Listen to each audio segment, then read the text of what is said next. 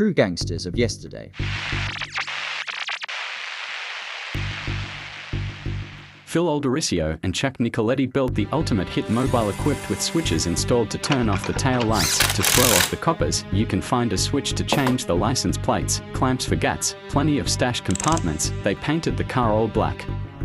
Phil Alderisio started out as a boy reading about Chicago crime boss Capone in Chicago newspapers. Phil, a small boy at the time, was completely fascinated with the mob chief Capone. Phil would learn where his social club was from the newspaper and would go there in hopes to work for Capone as a messenger boy. True gangster of yesterday scene here. Felix Phil Alderisio, feared Chicago enforcer and top hitman, turned underboss and short-lived boss before going to prison.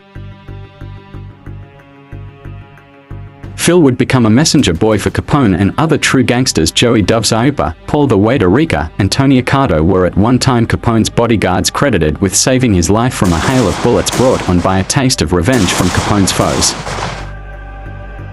Some of the future bosses were once loyal to Capone and his gang. This includes Phil Alderisio himself, messenger boy to underboss to short-lived boss, Joey Dubs-Iupa, Paul Rica, and Tony Accardo, ex-Capone bodyguards.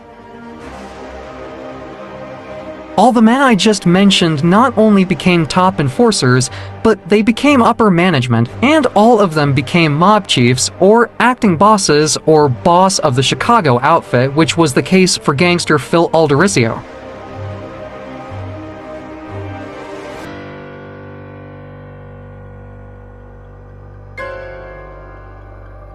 Al Capone owned a bottling company with his brothers Ralph and Frank. Alderisio would grow up to own a successful meat packing plant, several hotels, and go-go lounges, you name it, Phil owned it.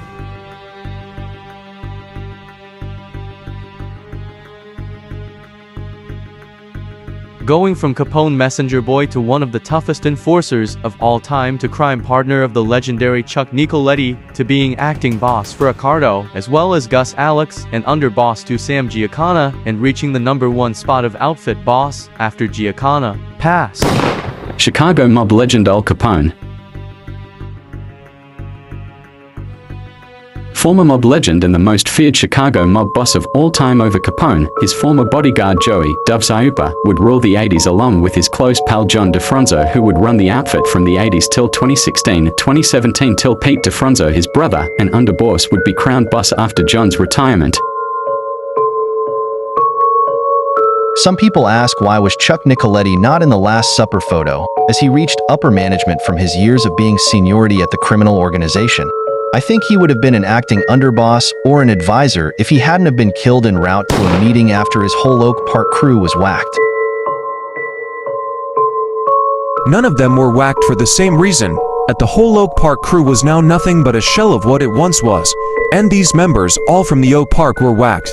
Mad Sam DeStefano, Chuck Nicoletti, and even Sam Giancana, former boss of the outfit, while living in Oak Park with Mad Sam as its chief of loan sharking for the Northwest Side. They were found one day in the hit mobile, but no known crimes were committed that day. Phil and Chuck said they didn't know who the car actually belonged to, and the car was eventually impounded by the police.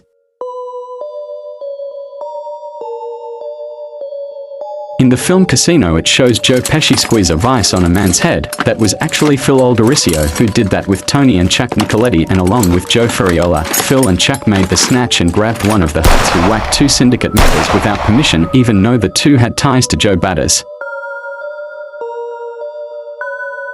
Feel free to donate to the channel link in my bio.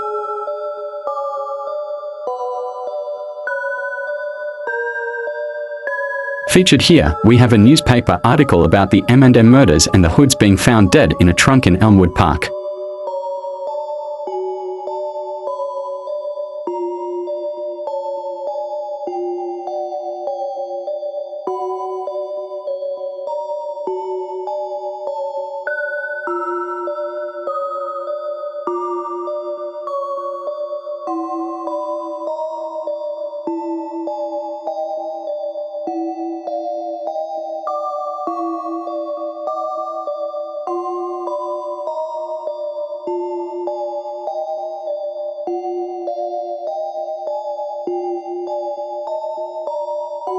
Frank Carlotta gave up the two brothers, and after being tortured, one pal gave up the other. This would be known as the M&M murders of Billy McCarthy and Jimmy Miraglia.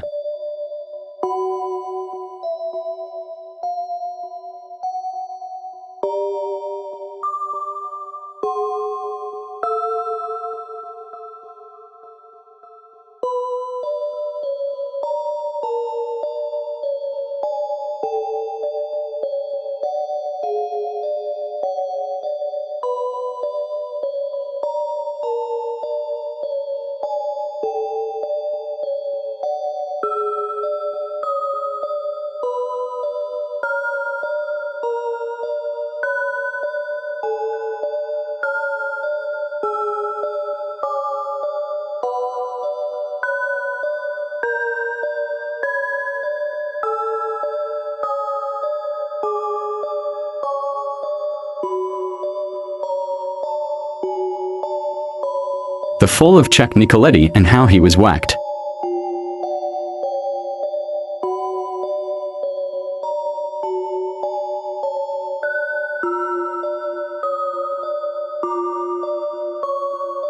I heard he was killed en route to a sit-down. Others have said he was allegedly killed sitting in his car as he was parked in front of the Golden Horns restaurant.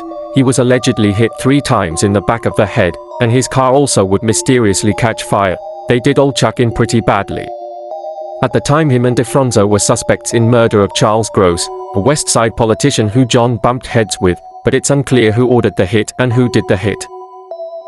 Charles Gross was bumping heads with John DeFronzo at the time, but Chuck is also a person of interest. Chuck's murder, who ordered Chuck hit.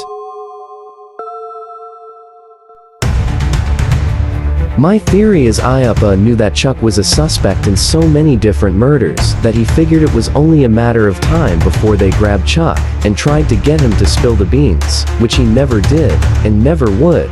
Chuck wasn't a beefer, but was a great hitman. Joey Dove, IUPA just figured Chuck was about to go to prison for a long time on racketeering charges and murder charges and a slew of others that he'd been suspected of being involved in.